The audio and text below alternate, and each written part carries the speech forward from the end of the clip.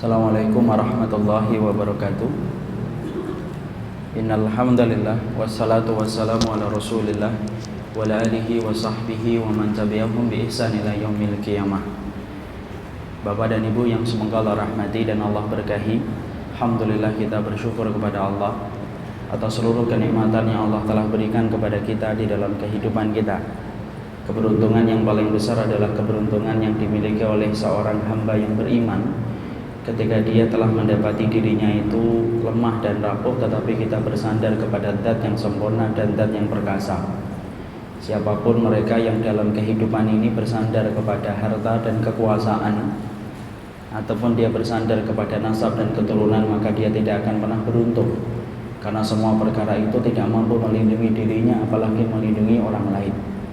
Tetapi barang siapa yang senantiasa dia bersandar kepada Allah, ketika dia menyadari dirinya lemah dan dirinya rapuh, maka sesungguhnya itulah keberuntungan yang paling besar ketika kita memiliki Allah dalam setiap inci dalam kehidupan kita.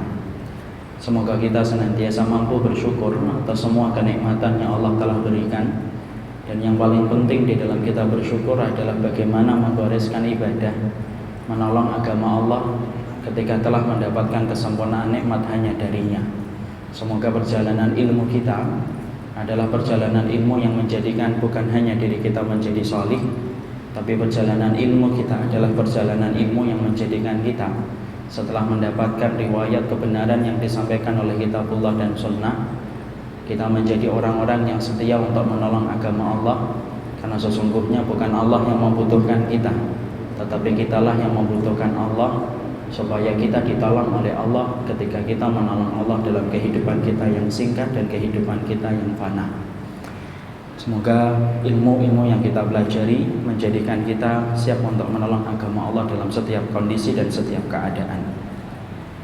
Jamaah yang semoga Allah rahmati dan Allah berkahi, sesungguhnya di antara pilar ketika kita beribadah kepada Allah, ada banyak sekali pilar yang harus kita perhatikan supaya tegak kalimat La ilaha illallah di dalam kehidupan. Karena segala sesuatu pasti ada syaratnya. Ketika kita ingin mendapatkan cinta dari seorang kekasih, maka ada syarat yang harus kita tebus. Ketika sang kekasih menawarkan berbagai macam syarat supaya cinta kita diterima olehnya dan kita bisa bersanding dengan dirinya. Sama pula ketika kita ingin mendapatkan pekerjaan di sebuah kantor yang kita incar dari waktu kita kuliah. Sama pula ketika kita akan masuk ke kantor tersebut, maka banyak persyaratan yang disampaikan oleh pihak HRD. Ketika kita diinterview dan kita harus menyepakati syarat-syarat itu supaya kita bisa masuk ke kantor yang kita incar dan kita inginkan, ketika itu menjadi tempat favorit kita untuk bekerja. Analogi itu saya ambilkan untuk kemudian menggambarkan kepada kita bahwasanya ikatan kita antara makhluk dengan sang Khalik adalah ikatan bukan tanpa konsekuensi, tapi ikatan kita dengan sang Khalik adalah ikatan yang melahirkan konsekuensi yang harus kita tunaikan. Dan inilah yang menjadikan kita memahami pilar-pilar kita di dalam menegakkan tauhid dan akidah. Maka pilarnya itu banyak, syaratnya itu banyak. Maka di antara pilar dan syarat itu adalah al-mahabbatu al-munafi lil bughdi. Sesungguhnya ketika kamu beribadah kepada Allah, maka ketika kamu terikat dengan sang Khalik, ada pilar konsekuensi yang antum harus sepakati, yaitu adalah al-mahabbatu al-munafi lil bughdi. Kamu harus memiliki cinta di mana cintamu kualitasnya adalah menafikan segala kebencian dari diri kita terhadap sang Khalik di dalam kita beribadah kepadanya. Jadi di dalam kita beribadah kepada Allah, maka ada perkara yang kita sebut dengan al-mahabbah, cinta, di mana cinta itu kemudian harus menafikan setiap kebencian yang ada di dalam hidup kita, supaya kemudian kita layak mendapatkan ridhanya Allah dan mendapatkan surga yang merupakan representasi dari ridhanya Allah dan kenikmatannya tiada tara. Maka ketika kita mengerti bahwasanya di antara pilar kita beribadah kepada Allah itu adalah melahirkan cinta yang menafikan kebencian, maka kita harus paham. Sebelum kita membahas tentang itu, kita harus mengerti bahwasanya Allah itu apabila telah jatuh cinta, Allah itu zat yang tidak pernah main-main di dalam cintanya. Kalau kita mendapati laki-laki telah jatuh cinta dengan cinta yang sejati, dia tidak main-main terhadap cintanya. Allah adalah zat yang tidak mampu diserupakan dengan makhluknya dalam segala sesuatu. Dan Allah tidak pernah bermain-main di dalam cintanya ketika telah menjatuhkan pilihan cintanya kepada manusia. Tentunya kita memahami betul apa yang dilakukan oleh Allah ketika Allah itu telah jatuh cinta kepada kita. Maka ketika Allah itu telah jatuh cinta kepada kita, setidaknya ada 3 keutamaan yang Allah berikan, di mana Allah tidak memberikan itu kepada selain hamba yang Allah tidak cintai.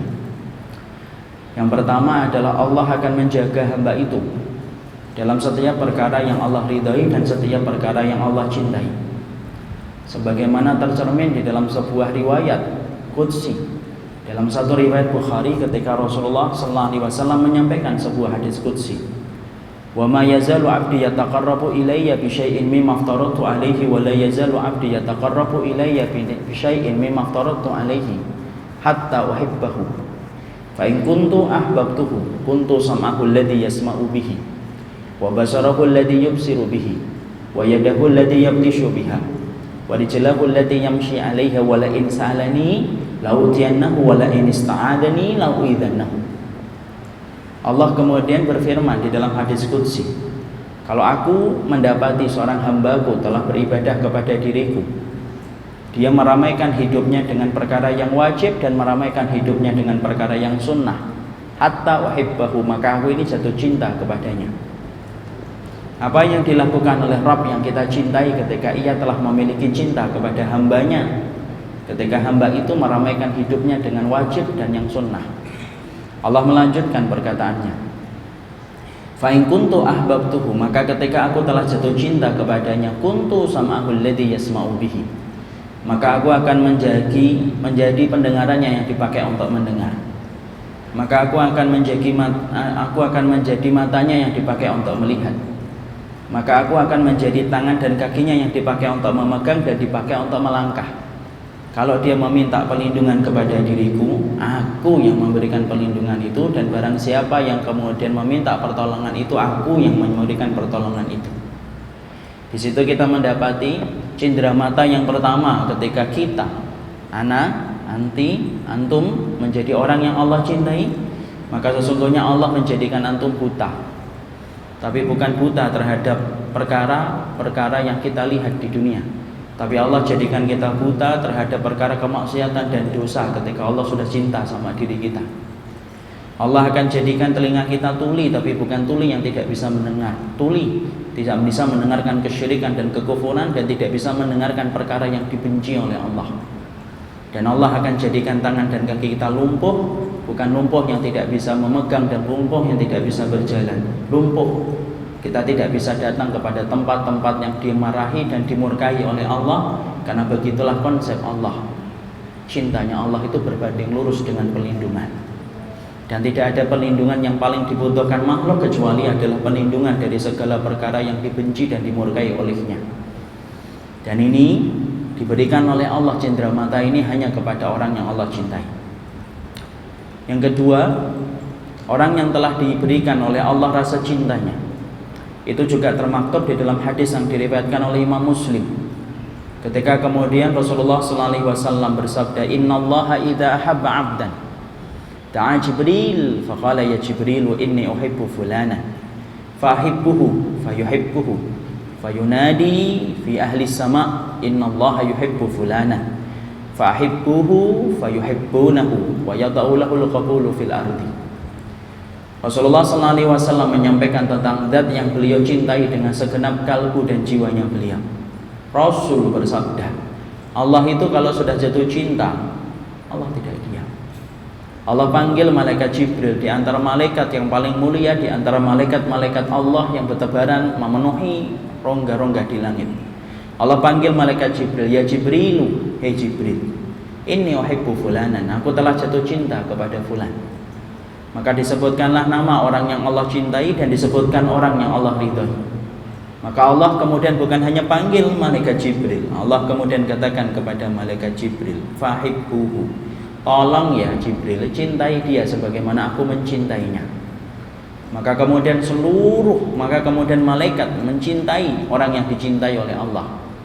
Maka tidak hanya di situ, malaikat Jibril kemudian turun mengumumkan ke seluruh penduduk langit, ya ahlas sama, wahai penduduk langit, sesungguhnya Allah telah memaklumkan dan telah membuat pengumuman, siapa orang yang Allah cintai hari ini, cintailah dia sebagaimana aku mencintainya dan Allah pun mencintainya. Maka seluruh penduduk langit gegap gempita menyambut namanya, dan mereka jatuh cinta kepada orang yang dicintai oleh Allah dan dicintai oleh para malaikat. Masya Allah. Padahal dicintai satu malaikat, kita diberikan kekuatan untuk beramal. Tetapi bukan hanya satu malaikat, tetapi ribuan malaikat yang mengisi langit mencintai orang yang dicintai oleh Allah. Karena malaikat itu ketika telah mencintai seorang hamba dan seorang makhluk, maka Allah akan menguatkan hatinya dan memompa semangatnya dalam ibadah, walaupun dia bertebaran dengan musuh yang senantiasa siap untuk merongrong semangatnya. Tapi mereka kuat karena mereka mendapati malaikat yang membantu mereka di dalam perkara ketaatan dan ibadah. Makanya Masya Allah, kalau kita ikut motivasi, baru diberikan motivasi oleh seorang motivator, bertambah semangatnya, itu baru satu motivasinya.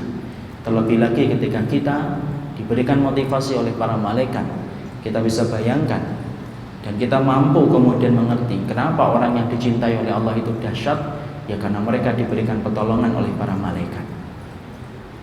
Yang ketiga, ketika kita dicintai oleh Allah Subhanahu wa taala, diceritakan di dalam sebuah hadis yang diriwayatkan oleh Imam Hakim wa waffaqahu Adz-Dzahabi, di mana riwayat ini disetujui oleh Imam Adz-Dzahabi. Rasulullah sallallahu alaihi wasallam bersabda, "Innallaha idza ahabba 'abdan asalahu." Qalu, "Wa ma asalahu ya Rasulullah?" Qala, "Yuwaffiqu lahu 'amalan salihan. Idza baina yaday ajalihi hatta yarda anhu jiranuhu wa man hawlahu." Rasulullah sallallahu alaihi wasallam bersabda, Allah itu kalau jatuh cinta kepada hambanya, Allah berikan kepada hamba yang Allah cintai pemanis. Para sahabat tidak paham apa yang diartikan dengan pemanis yang disebutkan oleh lisan Rasulullah ketika berujar dengan hal itu. Maka mereka kemudian bertanya kepada Rasulullah, "Wa ma asalahu ya Rasulullah?" Apa itu kemudian yang dimaksudkan dengan pemanis itu ya Rasulullah? Lalu kemudian dijawab oleh Rasulullah, "Yuwaffiqu lahu 'amalan salihan idza baina yadayhi ajalihi hatta yarda anhu jiranuhu wa man hawlahu." Lalu kemudian Rasulullah menceritakan, orang itu kalau diberikan pemanis, artinya kalau ada orang ketika sudah dicintai oleh Allah, dicelup hatinya dalam cinta ridhonya Allah, maka Allah tidak biarkan dia mati tanpa ada rencana yang terbaik. Tapi Allah akan kemudian atur, Allah yang menjadikan dia memplanning bagaimana kematian orang yang Allah cintai. Disibukkan orang yang Allah cintai dalam kebaikan dan ketaatan. Sampai ketika manusia itu sudah mendekati garis ajalnya, sibuk dia di dalam ketaatan, sampai akhirnya dia menginjak garis ajalnya, mati dalam keadaan dia sedang beribadah, mati husnul khatimah. Sampai orang-orang yang ditinggalkan olehnya mengenang manis bagaimana ia ketika menutup mata, menceritakan baik bagaimana ia ketika telah meninggal dunia. Dan itulah yang dimaksudkan pemanis. Karena Allah ketika mencintai seorang hamba, Allah kirim tutup bagi hamba yang Allah cintai, yaitu tutup yang paling baik, tutup ketika dia sedang beribadah kepadanya. Inilah tiga perkara yang membangkitkan semangat kita, bahwasanya ternyata tidak ada makhluk yang paling beruntung kecuali adalah ketika dicintai oleh Allah. Ketika kita sudah mengetahui tentang keutamaan yang sedahsyat ini, Allah berikan perlindungan, Allah kirimkan para malaikat yang akan menguatkan hatinya di dalam setiap dia menapak jalan ketaatan. Dan Allah kirimkan tutup untuknya ketika Allah telah cinta kepadanya dengan tutup menutup ajalnya ketika dia meninggal dunia. Pertanyaan kita adalah, apakah kita telah menetapkan Allah sebagai orang yang, sebagai zat yang kita cintai dalam kehidupan kita ataukah belum? Karena ternyata untuk mengatakan saya cinta sama Allah itu mudah, bukan perkara yang sulit, bukan perkara yang berat. Tapi yang paling sulit adalah ketika kita mengatakan cinta, maka sesungguhnya para ulama lalu menjabarkan secara panjang lebar. Maka sesungguhnya mereka menyampaikan kepada kita apa konsekuensinya ketika ana dan antum telah mengucapkan cinta kepada Allah. Karena ternyata ungkapan cinta bukan ungkapan yang diukir dengan lisan, Tapi sesungguhnya ungkapan cinta adalah ungkapan yang harus disertai dengan pengorbanan. Berapa banyak seorang wanita menolak lamaran seorang laki-laki. Ketika ditanya, kenapa kamu tolak dia? Walaupun dia adalah orang yang tampan dan memiliki fisik yang rupawan. Maka kemudian biasanya jawaban sang perempuan berkata singkat dan sederhana, aku tidak mendapati dia berkorban untuk diriku ketika dia ingin merebut cintaku. Kalau kemudian seorang wanita ternyata kemudian dia akan memilih seseorang laki-laki untuk kemudian menjadi imam keluarganya adalah yang dia pilih berdasarkan orang yang paling berkorban terhadap cintanya, dan orang yang paling berkorban untuk dirinya mampu mengalahkan fisik-fisik orang-orang laki-laki yang lebih tampan dari dirinya, dan wanita itu lebih memilih orang yang berkorban untuk dirinya, maka sesungguhnya itu adalah analogi kias yang sederhana bahwasanya kita ketika mengatakan cinta kepada Allah itu gampang. Tapi ingat, yang paling sulit bukan mengatakan cinta, tetapi yang paling sulit adalah bagaimana kita mengungkapkan rasa cinta kita kepada Allah dengan benar. Karena mungkin kalau kita kumpulkan dari ujung barat sampai ujung timur, semua orang itu akan menepuk dada ketika dia telah bersyahadat bahwasanya dia cinta kepada Allah. Bahkan orang munafik sekalipun, kalau kemudian kita periksa lisannya, mereka juga akan berkata, kami pun mencintai Allah. Bahkan kalau kemudian kita sempat untuk mendatangi negara Israel sekalipun dan kita bertemu dengan penduduknya, mereka juga berkata, nahnu ahibba'uh, kami adalah orang yang mencintai Allah. Tapi ternyata orang yang kemudian mencintai Allah, apakah semuanya diterima oleh Allah konsep cinta mereka ketika mereka berkata? Tidak. Karena ternyata semuanya dibedakan dengan satu perkara yang dinamakan dengan pengorbanan. Inilah yang menjadikan kita dalam kesempatan hari ini, kita akan mendefinisikan kata at-tadhiyah, yaitu adalah kata pengorbanan yang selalu diiringi dengan kita ketika mencintai. Antum seorang bapak ketika cinta sama anaknya pasti rela Senin pagi hujan menerobos jalan yang super macet, kita lakukan. Kenapa kemudian kita melakukan itu? Karena kita mencintai anak kita ketika membutuhkan rezeki, ketika kita mencari ma'isyah. Maka sama pula bahwasanya kata pengorbanan adalah kata yang berbanding lurus ketika kita telah mencintai Allah. Dan semuanya ini harus kita mengerti apa makna yang terkandung dengan kata pengorbanan ketika kita telah mencintai Allah. Dan apakah sama kekuatan antara orang yang cinta dengan Allah satu dengan yang lainnya? Dan tentunya beda, dan itu dibedakan dengan pembuktian yang dia berikan ketika telah mengatakan cinta. Sungguh iman itu, cinta itu kepada Allah itu bertingkat-tingkat. Sebagaimana cinta kita kepada Allah mungkin tidak akan sama dengan cintanya orang Syam kepada Allah ketika mereka rela mengorbankan apa yang mereka miliki menjaga tanahnya Allah. Mereka tidak rela ketika tanahnya Allah dinostai, kemudian dinodai, dan kemudian mereka rela untuk menjaganya dengan segenap upaya yang mereka miliki hingga mereka menebus dengan nyawa mereka. Tentunya cinta itu bertingkat, dan semua tingkatan itu tergantung kepada pembuktian dari apa yang menjadi syarat ketika kita mencintai Allah. Makanya di dalam kitab adab, dalam kitab Mawsu'atul Adab, disampaikan kepada kita ada 8 perkara yang kemudian harus dimiliki oleh para pecinta ketika mereka menjadi pemburu kemuliaan mendapatkan ridhanya Allah. Karena orang yang telah menetapkan ridha Allah menjadi tujuan, merekalah pemburu kemuliaan. Merekalah yang kemudian akan siap menghadapi sepinya perjalanan dan sepinya panggung ketika dia berjalan. Maka sesungguhnya mereka yang telah menetapkan cintanya kepada Allah, maka sesungguhnya mereka harus memberikan 8 pembuktian ketika dia telah mengatakan siap berkorban untuk Allah Subhanahu wa taala.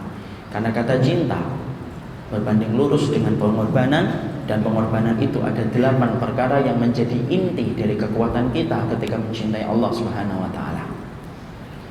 Mari kemudian kita membahas 8 perkara yang menjadi kekuatan inti ketika kita berkorban kepada Allah Subhanahu wa taala, supaya cintaku, cintamu, dan cintanya kita merupakan cinta yang betul-betul cinta yang diridhai oleh Allah, cinta yang mampu membangun surga, cinta yang mampu mendatangkan malaikat Jibril mengiringi kehidupan kita, cinta yang akan menjadikan kita mempertemukan dengan Rasulullah SAW, cinta yang akan mempertemukan kita untuk bertemu dengan wajahnya Allah Subhanahu wa taala, Itulah cinta yang benar kepada Allah.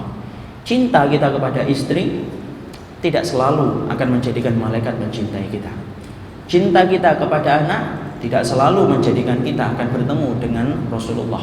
Tapi cinta kita kepada Allah adalah sebuah cinta yang membukakan pintu surga, sebuah cinta yang akan mendatangkan para malaikat untuk datang dalam kehidupan kita. Dan cinta kepada Allah adalah cinta yang berbuah manis, berkumpulnya kita dengan generasi terbaik dari para nabi dan para rasul. Ketika kita memiliki cinta yang benar, berkorban dengan apa yang diminta oleh Allah dalam kehidupan kita. Sebelum kita membahas tentang pengorbanan kita dalam 8 perkara, maka penting untuk saya sampaikan, ketika kita menyebutkan kata pengorbanan dalam 8 perkara untuk membuktikan nilai cinta kita sama Allah, kita harus paham kata berkorban itu kemudian salah, fatal apabila kemudian kita artikan bahwasanya Allah itu butuh kepada kita sampai kita harus berkorban kepadanya. Tidak. Kalau kemudian berkorbannya laki-laki kepada wanita, mungkin karena wanita membutuhkan itu.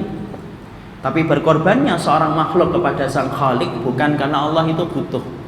Karena sesungguhnya semua pengorbanan yang kita berikan ketika nanti membuktikan cinta kita kepada Allah bukan arti maknanya bahwasanya Allah membutuhkan kita. Karena Allah itu zat yang berdiri sendiri dan Allah itu tidak membutuhkan makhluk. Allah itu mensifati dirinya as-samad, tempat kita bergantung, dan bukan Allah bergantung kepada kebutuhan makhluk. Maka ketika kita menyebut kata berkorban, fahami, kalaupun semuanya kita taat kepada Allah dan memberikan cinta kita yang murni hanya kepada Allah, maka tidak ada satupun itu yang mampu menambah kekuatan dari kerajaan yang telah dimiliki oleh Allah. Kenapa? Karena beribadahnya kita bukan karena Allah butuh kita, tapi hakikatnya kitalah yang butuh dengan Allah hingga berkorban supaya Allah menjaga kita ketika datang tidak ada pertolongan kecuali pertolongan yang datang dari Allah. Ada sebuah diskusi yang menjadi pegangan kita di dalam akidah, yaitu karena hadis ini penting saya sampaikan, karena hari-hari ini banyak selentingan-selentingan orang yang sering berkata Allah itu tidak perlu dibela, Allah itu tidak perlu untuk kemudian dibantu, karena sesungguhnya Allah maha kuat dan Allah maha perkasa, biarkan Allah menyelesaikan semua urusannya sendiri. Maka kemudian orang yang semacam ini biasanya keluar dari lisan orang-orang yang jahil, ataupun yang kedua, tumbuh penyakit kemunafikan di dalam hatinya, bahwasanya memang Allah tidak perlu dibantu dan Allah mampu menyelesaikan setiap urusan yang Allah telah kemudian dapatkan dari kehidupan manusia. Tapi kita membantu Allah karena satu tabungan kita supaya kita ditolong oleh Allah, yaitu adalah ketika kita membantu Allah. Dan Allah sudah menyampaikan di dalam hadis qudsi, "Lau anna awwalakum wa akhirakum wa insakum wa jinnakum ala atqa qalbi rajuli wahidin minkum ma zada fi mulki syai'an." Makanya Allah kemudian berfirman untuk kemudian kita tanam dalam-dalam di dalam hati dan kalbu kita. Allah berfirman di dalam hadis qudsi, "Lau anna awwalakum wa akhirakum wa insakum wa jinnakum." Sesungguhnya manusia itu dan jin, kalau semuanya sepakat mereka untuk berkumpul, lalu kemudian dalam kesepakatan mereka ketika mereka berkumpul, mereka sepakat untuk bertakwa kepada Allah, dan tidak ada satupun manusia dan jin yang melakukan kemaksiatan, satupun tidak ada yang mau. Maka Allah kemudian menyampaikan betapa besarnya kerajaan Allah, dan Allah mengatakan mazada fi mulki syai'an, itu pun tidak akan pernah nambah kerajaanku walaupun hanya satu jengkal sekalipun. Sebaliknya kata Allah, "Lau anna awalakum wa akhirakum wa insakum wa jinnakum ala afjari qalbi wahidin minkum ma naqasa min mulki syai'an."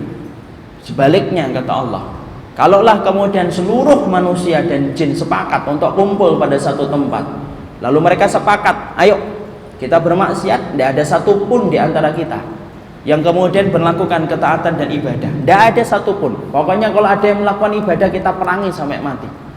Semuanya sepakat untuk bermaksiat kepada Allah. Di atas muka bumi ini tidak ada satupun yang bersujud, tidak ada satupun yang menegakkan amar ma'ruf nahi munkar, dan tidak ada satupun yang kemudian mencari ilmunya Allah dan menyebutkan nama Allah dalam sujud panjangnya. Allah berfirman, "Mana qasa min mulki syai'an." Itu tidak akan pernah mengurangi kerajaan yang aku miliki sedikit pun, karena Allah telah sempurna dan itu menjadi sifat Allah yang kekal abadi di dunia dan di akhirat. Jadi pada hakikatnya bukan karena Allah itu membutuhkan kita sampai kita berkorban, bukan karena Allah membutuhkan ibadah kita ketika kita berkorban, tapi wallahi kitalah yang memerlukan Allah dalam segala hajat akhirat kita. Dan Allah menolong kita sebesar kita menolong agama Allah, sebesar kita cinta kepada Allah. Barulah Allah akan memberikan kemenangan dan memberikan kebaikan dalam kehidupan kita ketika kita telah menolong Allah. Makanya Masya Allah, sampai Rasulullah SAW sampai mengatakan lemahnya diri kalian, makanya mintalah kepada kalian walaupun tali sandal kalian yang putus, kita pun tidak akan bisa mampu untuk nyambung dan menggantinya dengan sandal yang lainnya kecuali ditolong oleh Allah. Jadi pada hakikatnya bukan Allah yang membutuhkan kita, tetapi kitalah yang membutuhkan Allah untuk mendapatkan pertolongan kelak dalam kehidupan kita di akhirat. Para ulama lalu kemudian menyampaikan 8 perkara yang menjadi kewajiban seorang mukmin ketika dia ingin untuk menakar rasa cintanya dia kepada Allah. Ya. Dan kemudian barang siapa yang mereka telah mendapatkan 8 perkara ini, maka dia telah memiliki rasa cinta yang benar. Tinggal bagaimana dia meminta pertolongan kepada Allah supaya Allah semakin menyempurnakan cintanya ia kepada Allah. Maka barang siapa yang kemudian belum mendapatkan 8 perkara ini lahir dalam kehidupannya, maka sesungguhnya perlu untuk diluruskan kembali dan dikoreksi bagaimana konsep cintanya ia kepada Allah. Maka kemudian para ahlul ilmi menyampaikan apa perkara-perkara untuk membuktikannya. Yang pertama, al-ilmu. Yang pertama adalah bagaimana seseorang itu adalah berilmu. Jadi ketika seseorang hamba, ketika dia telah memiliki rasa cinta kepada Allah, rasa cinta itu akan menjadikan ia, para pecinta-pecinta Allah, ketika mereka menempuh jalan kemuliaan untuk mendapatkan cintanya Allah, maka dia tidak akan pernah letih untuk mendapatkan ilmu dan kebenaran yang telah ditetapkan oleh Allah.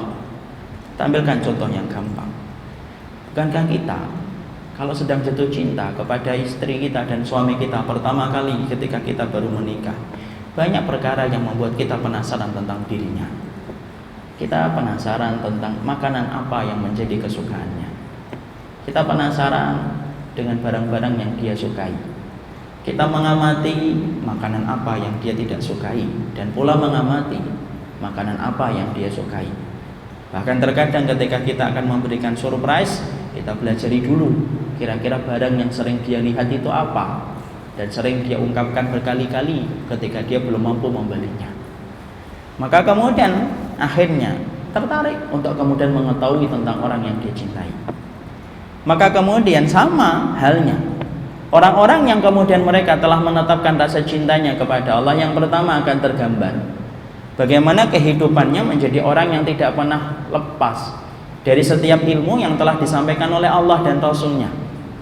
Dia menjadi orang yang paling bersemangat untuk kemudian menggali setiap maklumat dan setiap informasi yang turun dari langit. Karena apa? Karena dia tahu tidak ada ilmu yang paling membawa kemaslahatan dalam kehidupan ia di dunia dan di akhirat kecuali ilmu yang telah ditetapkan oleh Allah dan diajarkan oleh Allah. Makanya kemudian Imam Ahmad pernah ditanya oleh salah satu muridnya. Ketika kemudian muridnya itu belajar, lalu kemudian berkata, sampai kapan kita akan belajar? Dan sampai kapan kita ini akan mengamalkan setiap ilmu yang kita dapatkan, wahai Aba Abdillah? Nama kunyahnya dari Imam Ahmad bin Hanbal. Maka kemudian Ahmad bin Hanbal kemudian berkata kepada muridnya, maka kemudian kita terus akan kemudian belajar sampai kemudian kaki kita menapakkan di surga. Disitulah kita mendapati perkara yang pokok. Yang pertama, orang-orang yang menjadi pecintanya Allah, mereka selalu dimudahkan oleh Allah untuk kemudian mempelajari setiap ilmu yang telah ditetapkan oleh Allah. Allah adalah zat yang pantang disembah dengan kebodohan. Makanya hikmahnya kenapa Allah turunkan kepada kita kitabnya, kenapa Allah utus kepada kita seorang nabi dan seorang rasulnya, itu hakikatnya supaya kita beribadah kepada Allah bukan dengan prasangka dan bukan pula dengan tebak-tebakan. Agama ini bukan teka-teki, agama ini bukan agama prasangka, tetapi agama ini adalah agama ilmu. Allah menyampaikan kepada kita ilmunya, disampaikan, diwahyukan kepada nabi dan rasulnya untuk menyampaikan kepada kita dan disampaikan pula di dalam kitabnya untuk menjadi petunjuk dalam kehidupan kita, maka sesungguhnya Quran bukan hanya dibaca, Nabi bukan hanya disampaikan kisah-kisah indah tentang akhlaknya, tapi sesungguhnya Quran menjadi petunjuk dan kemudian sunnah menjadi pedoman dalam kehidupan kita, dan itu harus dilewati dengan proses yang pertama ketika kita mencari ilmu. Makanya kalau ada orang yang kemudian mengatakan saya cinta sama Allah, tapi sulit kakinya untuk bergerak, sulit untuk kemudian dirinya untuk kemudian menggeser dari tempat-tempat yang nyaman untuk dirinya, untuk membuka kitab, untuk kemudian belajar tentang segala kalam yang datang dari langit, maka sesungguhnya sulit membayangkan kadar cintanya ketika dia tidak punya rasa yang menggerakkan dia untuk mempelajari setiap perkara ukhrawi yang telah diterangkan oleh Allah secara detail di dalam kitabnya dan di dalam sunnahnya. Makanya tidak main-main, tidak ada orang yang dibenci oleh Allah kecuali salah satunya adalah orang yang mereka senantiasa menampik ilmu dalam kehidupannya. Karena orang yang dibenci oleh Allah, ikhwan, bukan hanya orang yang berzina. Orang yang dibenci oleh Allah bukan hanya orang yang minum khamar. Orang yang dibenci oleh Allah bukan hanya orang yang membunuh dan melakukan korupsi. Benar, mereka dibenci oleh Allah. Tapi sesungguhnya ada salah satu sifat yang tidak nampak oleh mata kasat kita. Ada orang yang dibenci oleh Allah walaupun dia tidak berzina, walaupun dia tidak minum khamar, walaupun dia tidak korupsi, tapi dia dibenci oleh Allah Subhanahu wa taala atas satu perbuatannya. Siapa itu? Nabi menjawab, abghadur rijali indallahi alimun fid dunya jahilun anil akhirah. Orang yang paling dibenci oleh Allah yaitu adalah orang yang alim tentang urusan dunia, jahil dalam urusan akhiratnya. Jadi Masya Allah. Jadi itulah yang kemudian menjadikan seseorang itu kemudian dibenci oleh Allah, yaitu adalah ketika hidupnya yang Allah berikan kepadanya, tapi ternyata kehidupan yang Allah berikan kepadanya tidak menjadikan dia bergerak untuk mempelajari kitabullah, tidak tergerak untuk mempelajari sunnah nabinya. Padahal itu merupakan modal pertama ketika kita telah cinta kepada Rabb yang kita gantungkan harapan kita. Makanya Masya Allah, orang yang kemudian jarang datang ke majelis ilmu, itu pada dasarnya mereka terkena penyakit i'rad. Apa itu i'rad? Cuek terhadap kitabullah dan cuek terhadap sunnah yang disampaikan oleh Nabi. Dia tidak mengkufuri, tapi kemudian dia tidak memperdulikan. Maka orang semacam ini kelak pada waktu hari kiamat dibangkitkan dalam keadaan buta, tidak mampu untuk melihatnya. Maka kemudian ketika mereka dibangkitkan buta, mereka bertanya, la rabbi lima hasyartani a'ma wa qad kuntu basira, qala atatka ayatuna fanasitaha wa kadzalikal yawma tunsa.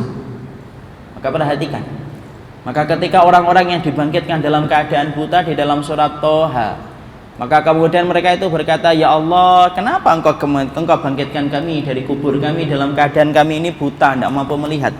Wa qad kuntu basira, bukankah dulu kami hidup di dunia itu mampu melihat semua keindahan dunia itu, tapi kenapa kami dibangkitkan dari alam kubur kami tidak mampu kami melihat?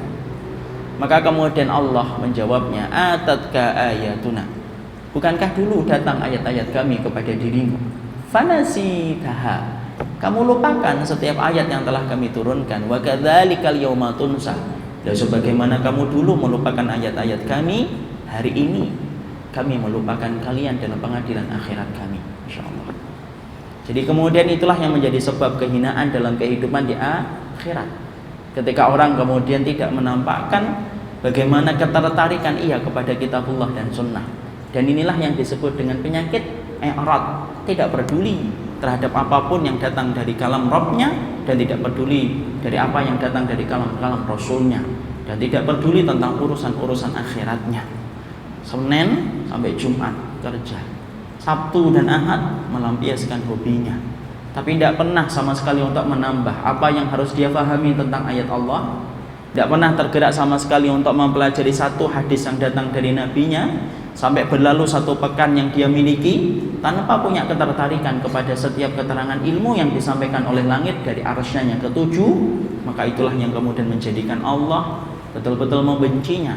Dan sampai Syekh Shalih Fauzan berkata, orang yang senantiasa tidak peduli tentang ilmu yang Allah turunkan, hati-hati, dia bisa membatalkan iman, sebagaimana kentut bisa membatalkan sholat yang dilakukan oleh manusia. Makanya Masya Allah, Makanya kemudian kehidupan dan keterikatan kita dengan ilmu adalah keterikatan yang tidak pernah putus. Tidak mengenal kata cuti, tidak mengenal kata istirahat. Selama kita hidup, maka selama itu pula kemudian kita membutuhkan ilmu. Selama itu pula kita akan memerlukan hajat kita kepada informasi langit, supaya kejadian di dunia mampu menjadi selamat ketika kita diberikan informasi yang datang dari Rabb yang tidak pernah terbatas di dalam ilmunya. Makanya para sahabat perhatikan, Nabi ketika beliau membangun peradaban dan membangun para sahabat, Nabi itu kemudian mencukupkan diri bagaimana ngajarin akidah dan ngajarin sunnah kepada para sahabatnya. Saat itu kalau kita melihat di dalam sirah, ada dua peradaban besar yang tumbuh seiring dengan tumbuhnya Islam di Jazirah Arab. Apa dua peradaban besar yang menjadi imperium besar pada zaman Rasulullah ketika diutus menjadi Rasulnya? Imperium Romawi dan Imperium Persia. Tapi lihat, Rasul tidak pernah kemudian memerintahkan satu dua sahabat, pergi kalian ke Romawi, ambil, curi ilmu yang menjadikan Romawi itu menjadi besar.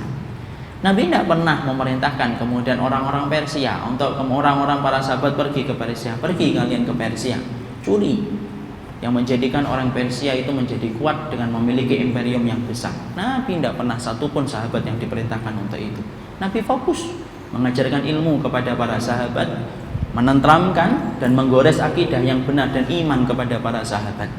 Maka ketika ilmu telah mereka dapatkan dari Nabi dengan jalur yang benar, kemudian dengan bagaimana kemudian mereka menuntut ilmu dari Rasulullah SAW dengan jalur yang benar. Perhatikan, dari bangsa penggembala kambing menjadi bangsa yang besar, dari bangsa yang asalnya kemudian penanam wanita-wanita yang mereka miliki ketika mereka mempunyai anak perempuan, menjadi bangsa yang besar yang tidak membutuhkan sampai 100 tahun menggeser imperium Romawi dan menggeser imperium Romawi dan Persia, disebabkan iltizamnya mereka kepada ilmu yang telah disampaikan oleh Rasulullah SAW. Itulah akidah, itulah buahnya ilmu.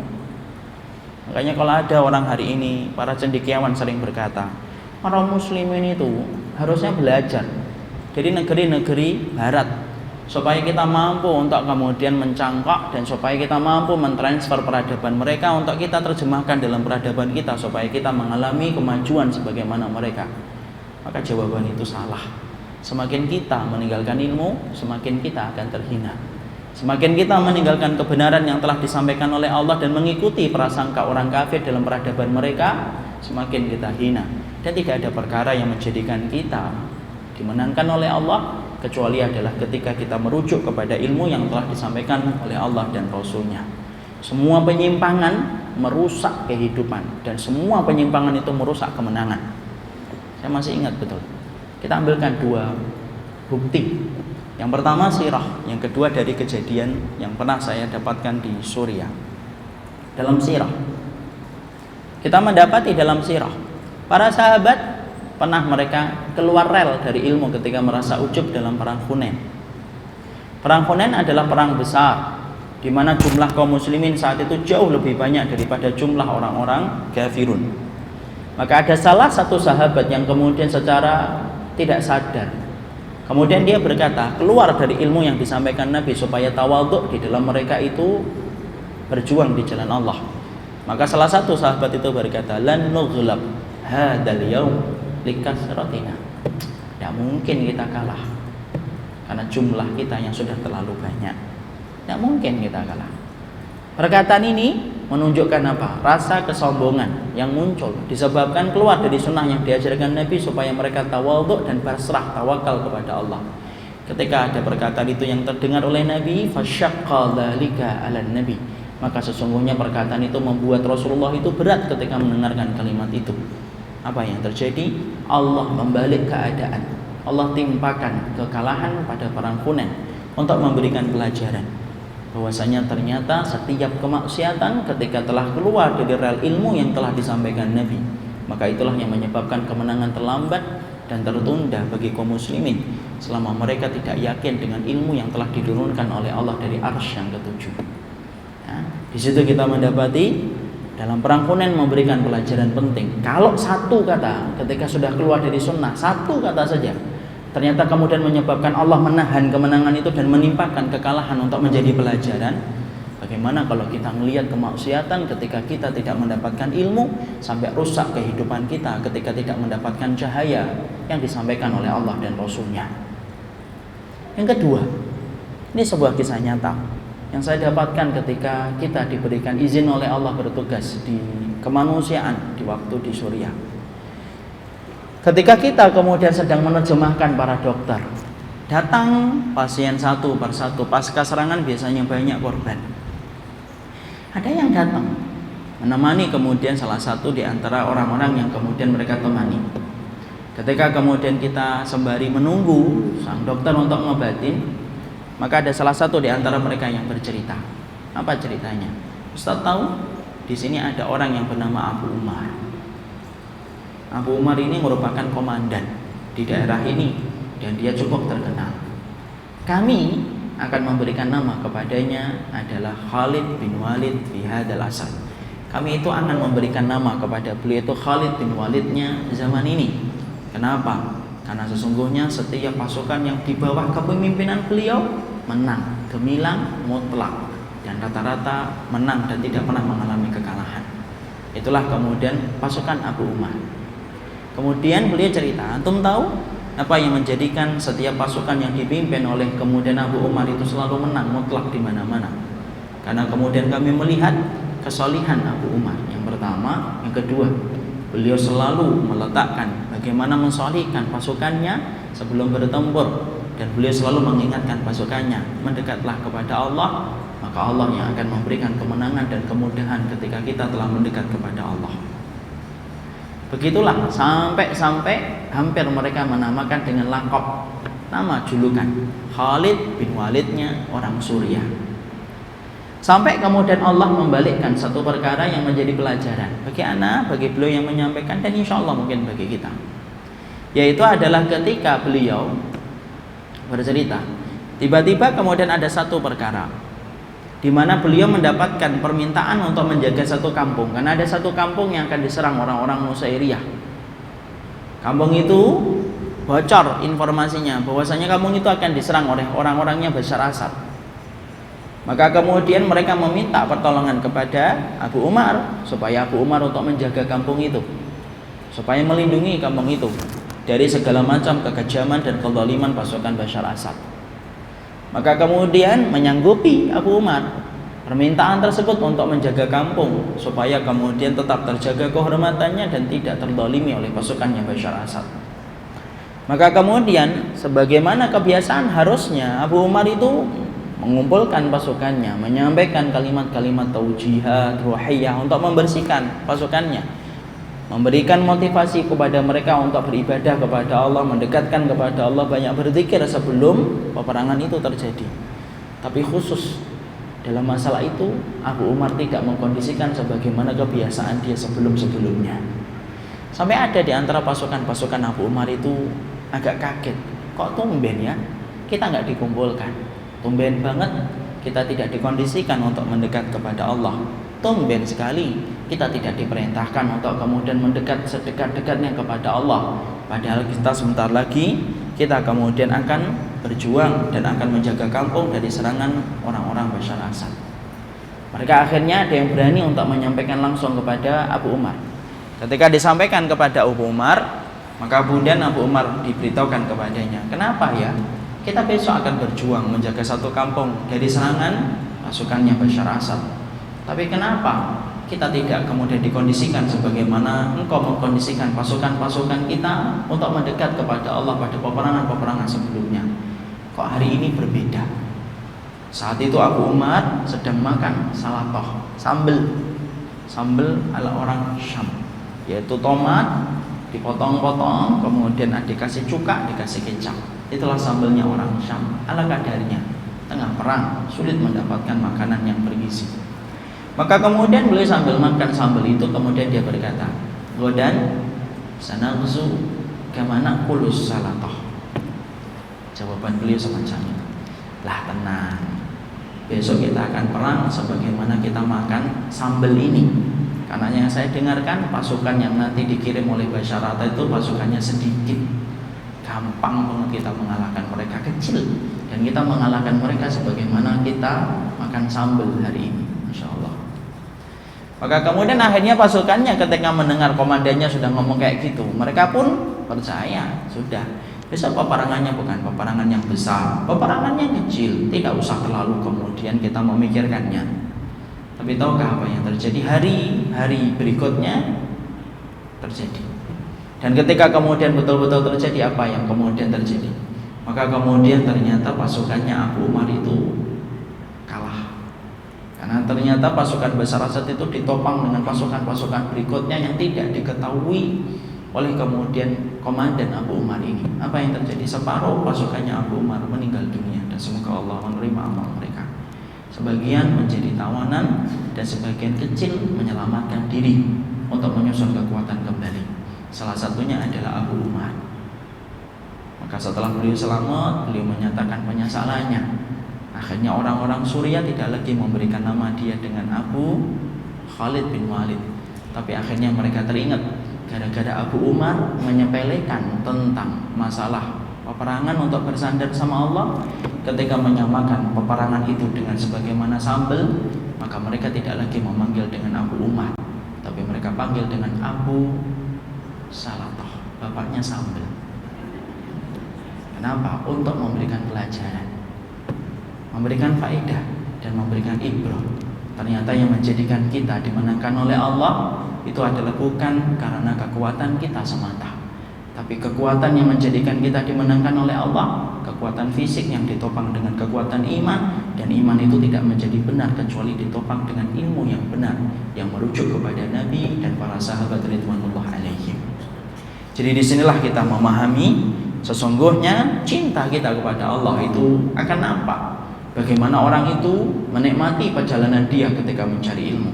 Dia menikmati beratnya ketika mencari ilmu. Dia menikmati sulitnya ketika dia memahami kebenaran. Dan sesungguhnya memahami kebenaran itu tidak perkara yang gampang. Terlebih lagi ketika kita hidup pada zaman fitnah. Semua orang mengatakan kitabullah, semua orang mengatakan hadis Rasulullah SAW. Kalau bukan karena Allah yang membimbing kita, maka sesungguhnya sulit mendapatkan hakikat kebenaran yang disampaikan Nabi dan para sahabat. Orang yang kemudian menetapi jalan kebenaran saja merasa dia benar, tapi bisa jadi di hadapan Allah dia salah. Kita dapat tahu. Makanya kemudian kita meminta kepada Allah sembari kita menyibukkan kita untuk mengkaji. Maka sesungguhnya mengkajinya kita dengan ilmu adalah kemudian supaya perjalanan kita menjadi terang, bercahayakan dengan apa yang disampaikan oleh Allah dan Rasul-Nya, dan supaya kemudian kita mendapatkan rasa cinta kita kepada Allah tumbuh ketika kita tidak pernah redup cahaya kita untuk menimba ilmu yang disampaikan oleh Allah dan Rasul-Nya. Tapi penting saya sampaikan, bukan berarti orang yang kemudian mencari ilmu kemudian menafikan orang lain, menafikan perjuangan dia untuk menegakkan agama Allah sesuai dengan kemampuan. Di antara syubhatnya ilmu itu apa? Orang-orang yang mereka itu memiliki syubhat di dalam masalah ilmu adalah mereka lalu kemudian tidak mau untuk membantu agama Allah sesuai dengan kemampuan. Ilmu sangat membutuhkan perjuangan. Sebagaimana kemudian ikan membutuhkan airnya, tidak bisa dipisahkan. Ilmu tidak hanya berusaha untuk menjadikan kita sholih, tapi ilmu harus berusaha untuk menjadikan kita berusaha untuk mensolihkan keadaan di sekitar kita. Dan itulah yang menjadikan orang yang berilmu justru adalah orang yang paling sensitif terhadap keadaan di sekitar. Karena ilmu adalah merangkai perjuangan untuk menegakkan apa yang disampaikan oleh kitabullah dan sunnah. Ya.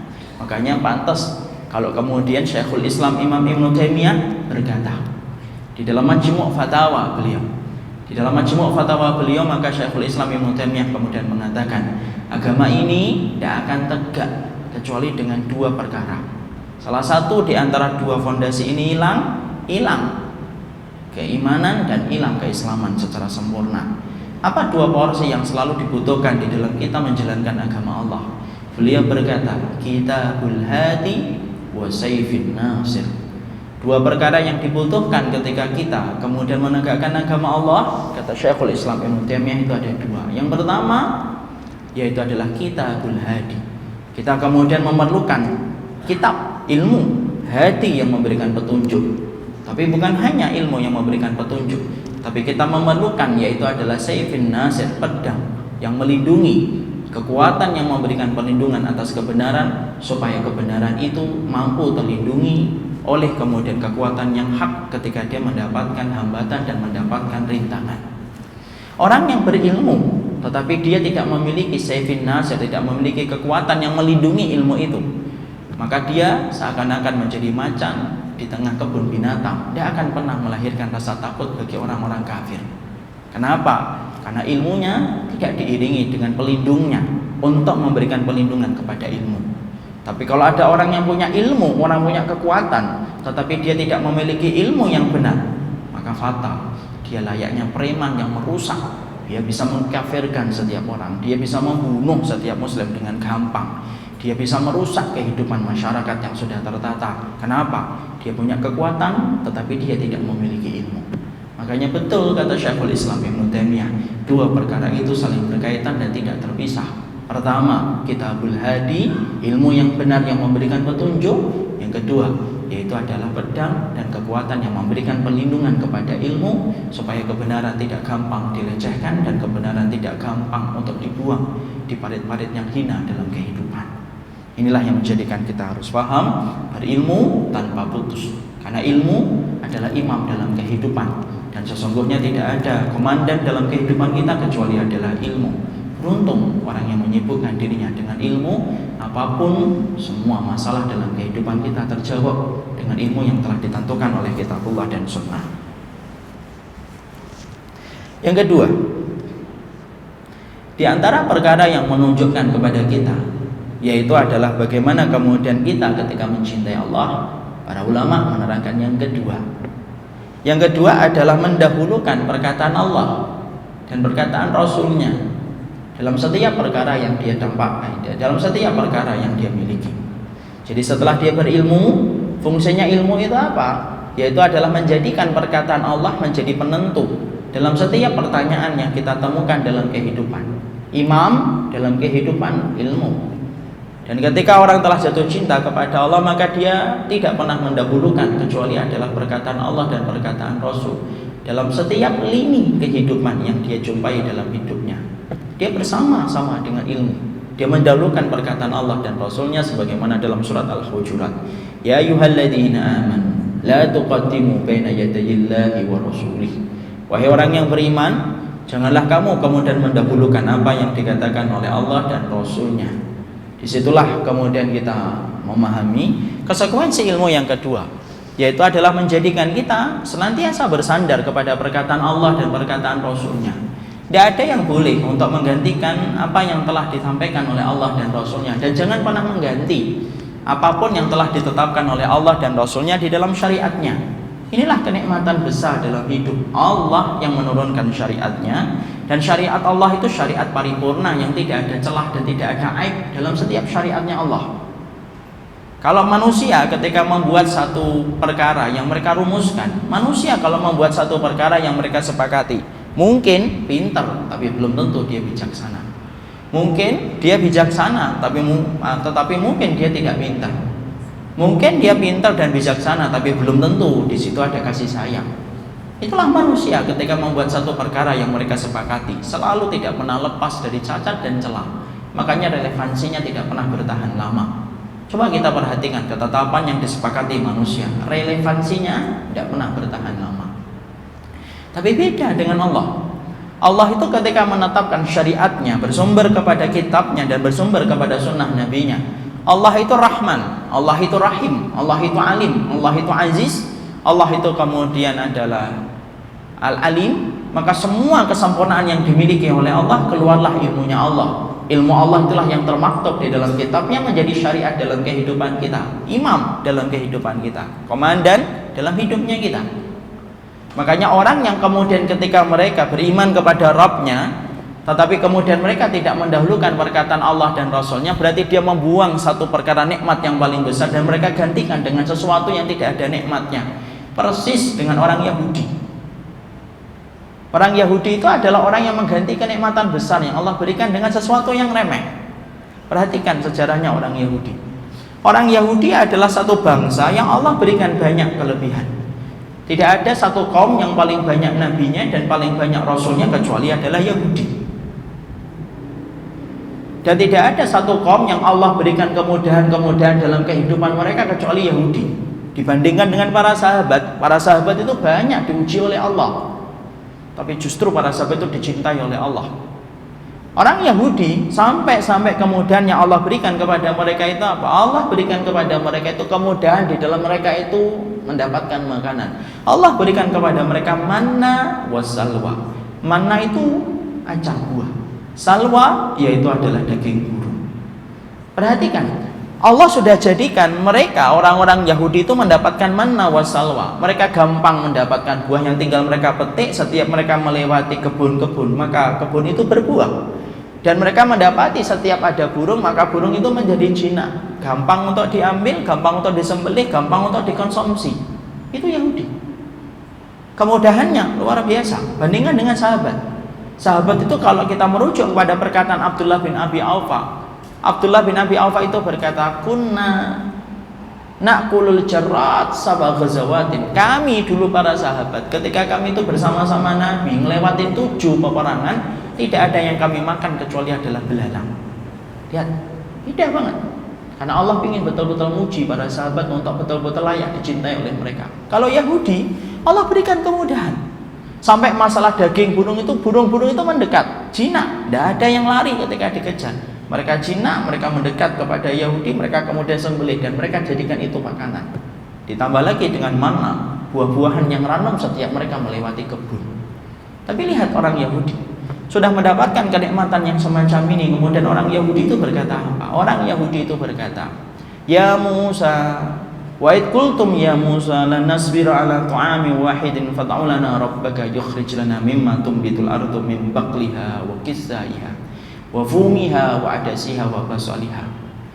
Tiga-tiganya orang Yahudi setelah Allah memberikan kenikmatan yang sempurna ini, maka kemudian orang-orang Yahudi itu berkata kepada Nabi Musa dengan tata cara adab yang tidak menunjukkan akhlak. Orang Yahudi itu berkata kepada Musa, ya Musa, ngomong dong kepada Rabbmu, kami bosan dengan makanan-makanan yang telah diberikan ini dari daging burung dan kemudian acar-acar buah. Mintalah kepada Rabbmu supaya diganti. Maka kami minta ganti. Maka gantinya itu ketimun. Kami minta kacang polong, kacang adas, dan buah-buahan yang kemudian banyak ditemukan di pasar. Sampai kemudian Nabi Musa mengatakan, kalian meminta ganti atas kebaikan yang Allah berikan ketika telah memudahkan kalian mendapatkan manna dan salwa, lalu kalian menggantinya dengan timun, bawang merah, bawang putih, kacang adas dan kacang polo, di mana kemudian kalian bisa mudah untuk mendapatkan di pasar-pasar, maka kalian telah mengganti sesuatu kenikmatan yang besar dengan sesuatu yang hina. Itu Yahudi.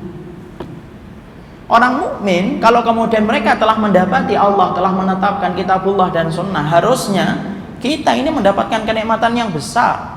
Wong ketika Allah sempurnakan ayat ini, surat Al-Maidah, ketika Allah sempurnakan syariat ini, orang Yahudi saja berkata, ya Allah. Mereka berkata kepada Umar bin Khattab, kalaulah ayat ini al-yauma akmaltu lakum dinakum turun kepada kami, pasti kami akan jadikan hari itu menjadi hari kami untuk kemudian melakukan hari besar kami dengan perayaan-perayaan yang banyak.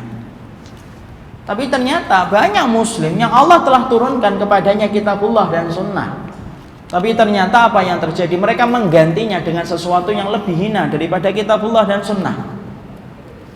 Mereka menggantinya dengan pluralisme, mereka menggantinya dengan sekulerisme. Padahal Allah telah muliakan kepada kita sunnah nabinya. Padahal di antara perkara yang kita minta dalam kehidupan kita beribadah sama Allah itu apa? Ihdinas siratal mustaqim. Kalau kita buka di dalam tafsirnya merujuk kepada perkataan Abdullah bin Mas'ud, apa itu yang dimaksudkan dengan ihdinas siratal mustaqim? Siratal mustaqim itu adalah sunnah yang ditinggalkan Nabi dan disampaikan oleh para sahabat ridwanullah alaihi. Makanya kalau kemudian menjadi ironis, berdoa minta sunnah untuk turun dalam kehidupan kita dan menjadi petunjuk dalam kehidupan kita supaya tuntas menyelesaikan setiap masalah yang kita hadapi sebagai manusia, dan tidak ada jawaban yang pasti kecuali adalah jawaban yang diberikan oleh kitabullah dan sunnah. Kemudian kita menggantinya dengan adat, menggantinya dengan perkataan manusia, menggantinya dengan perkara-perkara yang bukan datang dari kitabullah dan sunnah, maka itulah tanda cinta kita kepada Allah itu hilang. Makanya kita mendapati orang munafik adalah orang yang tidak mampu mendahulukan perkataan Allah dan Rasulnya. Manis ketika bertutur kata cinta, tapi gagal ketika berkorban untuk menjadikan Allah dan Rasulnya menjadi perkara yang mereka dahulukan dalam setiap perkara dalam kehidupan kita. Kita hari ini baru menjalankan sunnah, tapi kita belum mampu untuk menegakkan sunnah. Apa bedanya Ustaz? Beda. Kalau salat kita kayak salatnya Rasul, itu namanya menjalankan sunnah. Kalau zikir pagi kita dan zikir petang kita, itu namanya menjalankan sunnah. Kalau kemudian salat malam kita sebagaimana salat malamnya Rasulullah dengan sunnah, habis isya tidur dulu, kemudian di pertengahan malam kemudian kita bangun, kemudian setelah salat malam kita tidur kembali sebagaimana Rasulullah membagi salat malamnya, itu baru menjalankan sunnah. Adapun menegakkan sunnah adalah bagaimana menjadikan tidak ada perkataan yang paling menjadi sumber pokok dalam kehidupan kita kecuali adalah kitabullah dan sunnah. Itu baru menegakkan sunnah. Dan menegakkan sunnah itu lebih sulit daripada menjalankan sunnah. Karena kalau kita hanya menjalankan sunnah, insya Allah selama kita mendapatkan ilmu yang benar, kemudian kita mengambil riwayat yang sahih, pulang, kita jalankan sesuai dengan riwayat yang kita dapatkan, itu namanya menjalankan sunnah. Tapi ketika kita kemudian menegakkan sunnah di rumah kita, di kantor kita, di masyarakat kita, itu yang paling sulit. Kenapa? Karena menegakkan sunnah merupakan perkara yang berat dan pasti berhadapan dengan banyak perkara. Ya, makanya Allah berfirman di dalam surat An-Nisa 65. Ketika Allah kemudian berfirman, "Fala wa rabbika la yu'minuna hatta yuhakkimuka fima shajara bainahum." Tsumma la yajidu fi anfusihim harajan mimma qadaita wa yusallimu taslima. Sampai Allah itu berfirman di dalam surat An-Nisa. Ya. Apa yang Allah firmankan? Fala wa rabbika, demi Rabbmu wahai Muhammad. Allah itu kalau bersumpah biasanya bersumpah dengan matahari, bulan, bersumpah dengan waktu duha. Tapi di dalam ayat ini Allah bersumpah tentang zatnya kepada zatnya sendiri. Allah berfirman, "Fala wa rabbika", demi Rabbmu wahai Muhammad. Tidaklah umatmu itu kemudian beriman dengan benar sampai mereka yuhakkimuka, mereka itu mengerjakan 3 perkara. Yang pertama, yuhakkimuka fima syajara bainahum, menjadikan kamu wahai Muhammad menjadi hakim atas seluruh masalah yang mereka hadapi dalam hidup mereka. Hakim. Ya. Kemudian ketika mereka telah menjadikan dirimu menjadi hakim atas seluruh masalah dalam kehidupan mereka, summa la yajidu fi anfusihim harajan, setelah mereka menjadikan engkau menjadi hakim, sunnah kamu menjadi tali kendali dalam kehidupan, dan tidak ada satu pertanyaan kecuali kembalinya kepada sunnah. Apakah selesai? Belum, ada syarat yang kedua.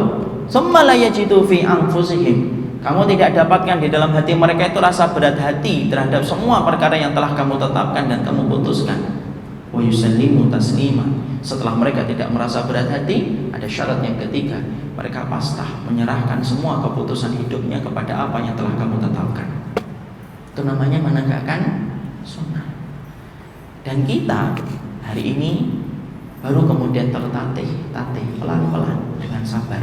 Kita baru menjalankan sunnah pelan-pelan, baru mengganti bagaimana salat kita yang benar, baru mengganti bagaimana zikir kita yang benar, baru mengganti bagaimana puasa sunnah kita yang benar. Tetapi masih banyak perkara dalam kehidupan kita yang belum diputuskan dan ditetapkan dengan sunnah Rasulullah, karena ternyata banyak perkara dalam kehidupan kita yang tidak berpulang kepada apa yang disampaikan oleh Rasulullah Sallallahu Alaihi Wasallam. Kewajiban kita yang menyampaikan. Kewajiban kita bagaimana? Kewajiban kita adalah berusaha mengkondisikan, mendakwahkan, menyampaikan kepada setiap umat bahwasanya mereka wajib berpulang kepada sunnah dalam seluruh pokok kehidupan mereka.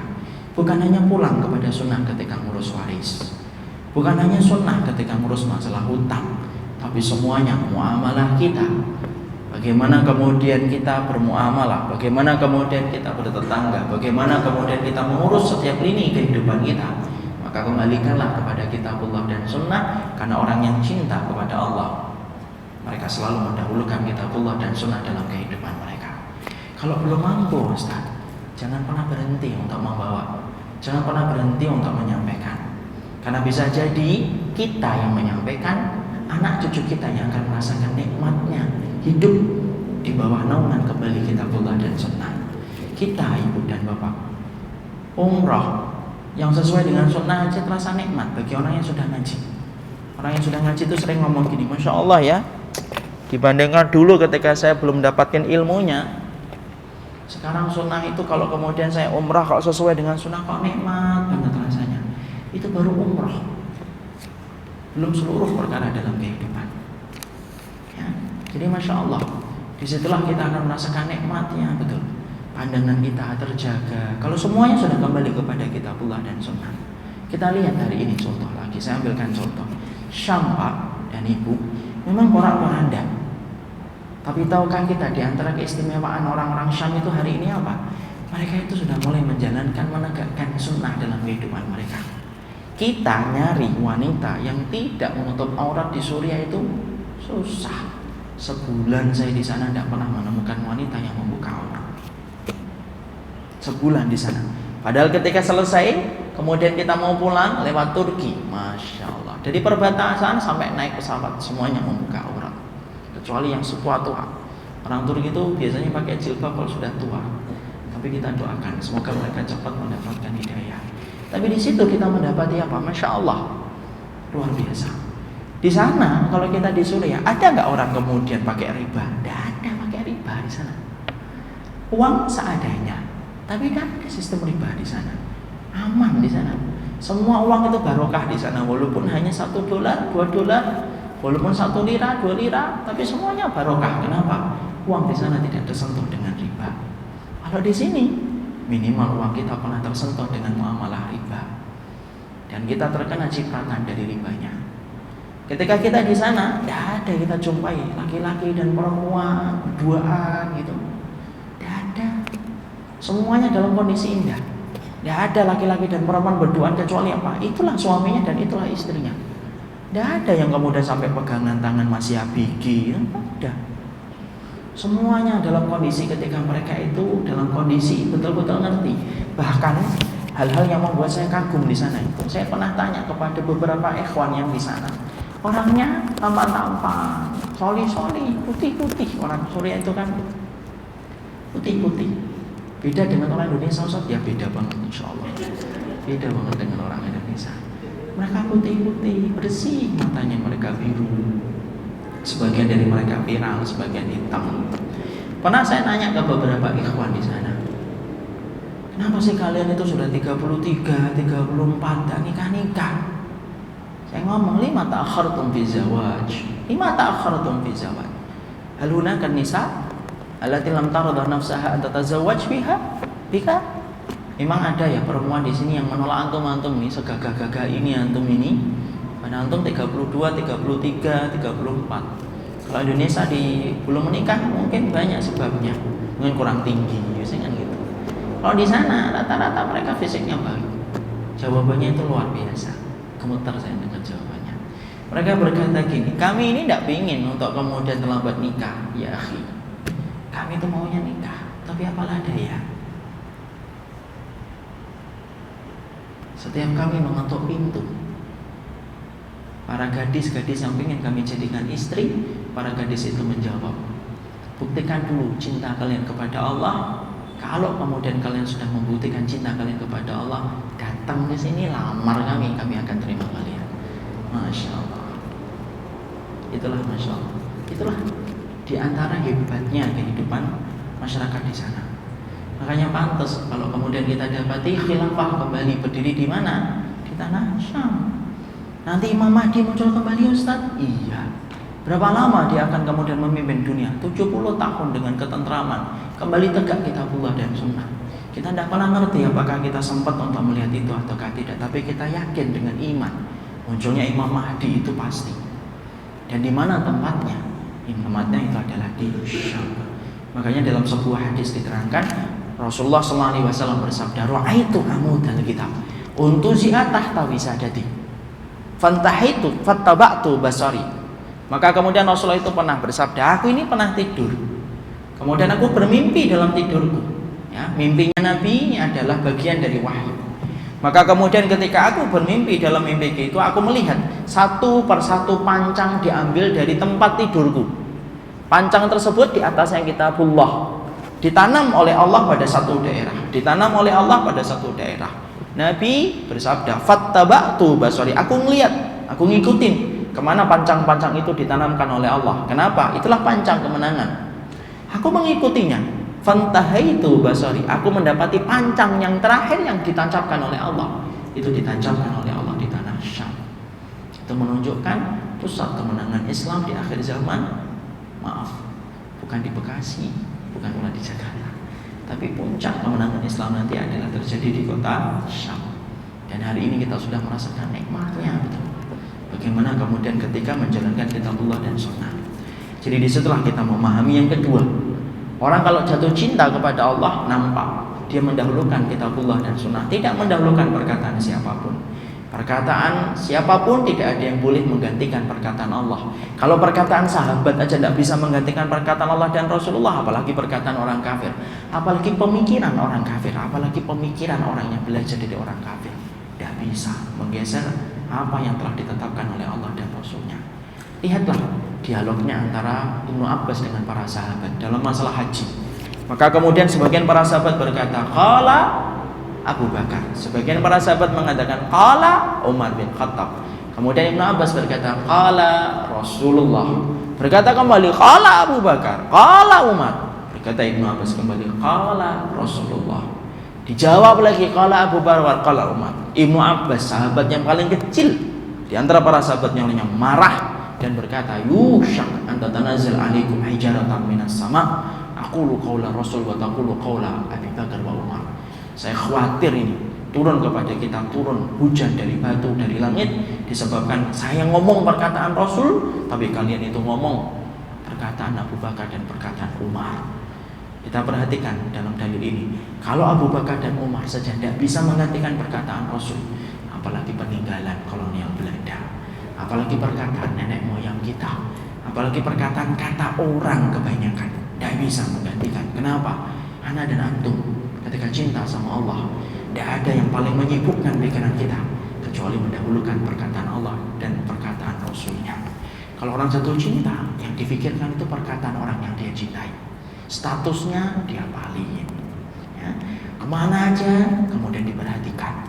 Ya sama, kalau kita cinta sama Allah, tidak ada yang boleh mengintervensi kehidupan kita kecuali satu, Allah dan Rasul. Dan tidak ada yang lebih penting kecuali perkataan Allah dan Rasulnya. Peninggalan kolonial Belanda hilang, peninggalan riwayat, peninggalan orang tua hilang, perkataan adat istiadat hilang kalau sudah berhadapan dengan orang yang cinta kepada Allah. Itu yang kedua. Tapi sudah mau menjelang asar. Masih banyak Ustaz. Oh, masih banyak banget. Bahas cinta sama Allah itu tidak sederhana.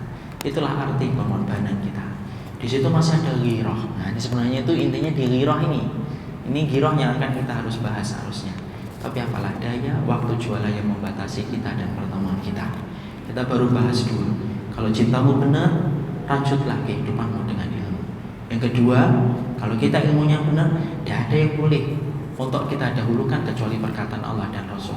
Sekulerisme tidak penting, pluralisme tidak penting, demokrasi tidak penting, peninggalan nenek moyang tidak penting. Kenapa? Yang penting sunnahnya Rasul dan syariatnya Allah. Itulah tanda cinta kita kepada Allah di dalam kita beribadah kepadanya. Apa yang ketiga, keempat, yang kelima, yang keenam, dan yang ketujuh, serta yang kedelapan, sabar. InsyaAllah nanti kita kaji kalau Allah mempertemukan kembali dalam kesempatan berikutnya, insyaAllah. Karena waktu mau sebentar lagi adzan, kita baca saja pertanyaan. Ustaz, kita ketahui bahwasanya muslim dianjurkan untuk meninggalkan debat. Namun terkadang kita butuh diskusi di dalam memahami sesuatu. Bedakah berdebat dengan berdiskusi? Beda. Debat itu yaitu adalah jidal. Kalau diskusi namanya nikosh. Boleh nggak kita kemudian nikosh, kemudian saling ngobrol untuk membicarakan tentang hujah kita masing-masing? Boleh. Imam Syafi'i adalah orang yang paling sering nikosh beliau. Orang yang paling sering kemudian beliau itu diskusi tentang masalah ilmiah. Dan ingat loh, ketika kita menjalankan kebenaran bukan berarti kita tidak menemukan adanya debat, tidak menemukan adanya diskusi. Di situ ada diskusi. Bukankah para ulama juga mereka berdiskusi tentang satu dua permasalahan? Dan tolong ya, orang yang menjalankan sunnah itu bukan berarti mereka itu satu pendapat terus dalam semua perkara. Saya tuh heran ya, kenapa ada orang yang mengartikan kebenaran itu berarti tidak boleh ada yang berbeda pendapat. Berarti tidak paham tentang sirah para sahabat. Para sahabat berbeda pendapat satu dengan yang lainnya, tapi mereka tidak pernah saling memberikan aib dan tidak saling pernah memberikan cacat.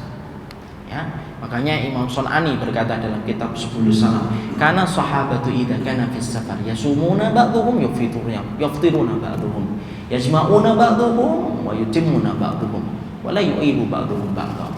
Para sahabat itu kalau jalan safar di bulan Ramadan itu sebagian sholat sempurna, sebagian jamaah, sebagian puasa, sebagian tidak puasa. Tapi tidak pernah itu salah satu di antara mereka itu saling memberikan aib dan saling mencacati. Kenapa?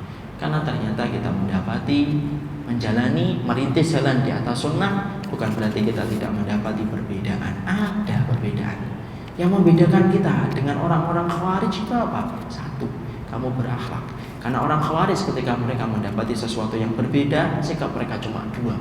Mereka kafirkan dan mereka sesatkan setiap orang yang berbeda dengan mereka. Ya, jadi hati-hati terhadap itu. Apa perbedaannya Ustaz? Nah, itu sudah kita sampaikan. Kalau debatnya tanpa dalil, debat kusir itu namanya debat.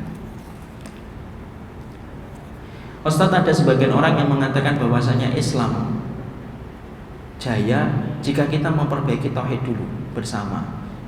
Bagaimana terhadap tersebut? Sama, ilmu itu tadi adalah bagian dari akidah. Ketika saya tadi mengatakan bahwasanya umat ini ketika akan jaya dalam memperbaiki akidah, betul. Karena sesungguhnya akidah itu bagian dari ilmu. Makanya merujuk kepada ilmu merupakan cara kita untuk memenangkan agama ini. Tapi ilmu yang tidak buta dan tidak tuli terhadap masalah yang terjadi pada umat. Dan perjuangan membutuhkan ilmu, sebagaimana ilmu membutuhkan perjuangan untuk menegakkan kebenaran di atas muka bumi. Barakallahu fikum, ini yang dapat kita sampaikan. Walaupun kita baru membahas arti pengorbanan kepada Allah dalam dua perkara, tapi setidaknya kita ingin untuk memperbaiki. Semoga kita mencari ilmu dan semoga kita senantiasa mendahulukan Allah dan Rasulnya dalam setiap seluruh kehidupan kita. Kalau hari ini kita belum mendapati, yang kedua, sabar. Teruslah kita berdakwah, teruslah kita merajut perjuangan supaya tegak kembali kitabullah dan sunnah dalam kehidupan kita. Barakallahu fikum, ini yang dapat saya sampaikan. Subhanakallahumma wa bihamdika asyhadu an la ilaha illa anta astaghfiruka wa atubu ilaika. Assalamualaikum warahmatullahi wabarakatuh.